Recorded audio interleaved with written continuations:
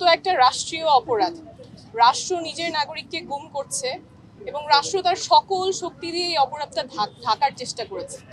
এখানে ভিকটিম ফ্যামিলিদের সাথে কথা বলছিলাম এবং শুনছিলাম কি করে তাদেরকে সাইন নেওয়া হয়েছে যাতে বলে যে না আমার হাজবেন্ড অমুক জায়গায় চলে গিয়েছে, গুম হয়েছে, এটা যাতে তাদের মুখ থেকে না বের হয়। বিভিন্ন ধরনের হ্যারাসমেন্টের শিকার হয়েছে। ইভেন যারা ডকুমেন্ট করছিল কারা গুম হয়েছে তারা নানা ধরনের হ্যারাসমেন্টের শিকার হয়েছে। রাষ্ট্র তার সকল শক্তি দিয়ে এই অপরাধটা ঢাকার চেষ্টা করেছে, কিন্তু তারপরে আমাদের রাষ্ট্রে অনেক সাহসী কিছু মানুষ ছিল যারা এই বছরগুলোতে এত নির্যাতনের মুখে পড়েও এটা ধরে রেখেছেন এবং গুম যে হয়েছে সেটার কথা বারবার বলেছেন, প্রতিরোধ তৈরি করেছেন, যার কারণেই হয়তো আজকে আমরা সংসদ ভবনের সামনে দাঁড়িয়ে এই প্রতিবাদটা করতে পারছি।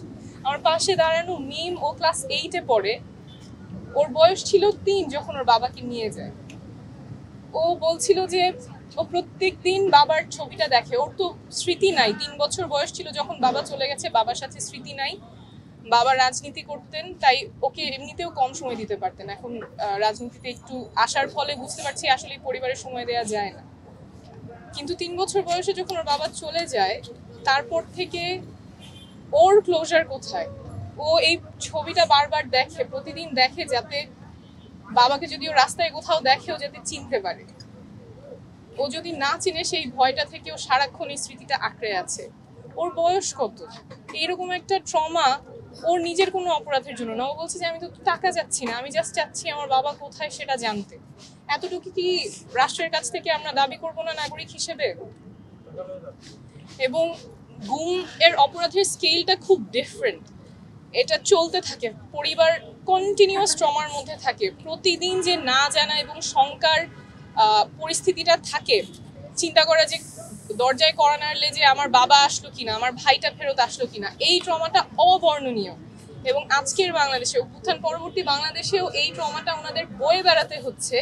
কোনো অ্যান্সার সরকার দিতে পারছে না, রাষ্ট্রীয় বাহিনীগুলো দিতে পারছে না। এটা আমাদের জন্য অনেক বড় লজ্জার। আমরা জুলাই পদযাত্রায় গিয়েছিলাম, সেখানে আমি একটা কথা অনেকবার বলেছি যে আমরা আর ওই রাষ্ট্রে ফেরত যাব না যেখানে রাষ্ট্র নিজের নাগরিককে গুম করে। এবং এই কথাটা আমরা আসলেই মিন করি। এটা আমরা ন্যাশনাল সিটিজেন পার্টি থেকে বলি। জোহান আছে, আমাদের যুগ্ম সদস্য সচিব হাসনাদ আছে, আমাদের মুখ্য সমন্বয়ক কুলিয়াপা আছেন, আরো অনেকে আছে।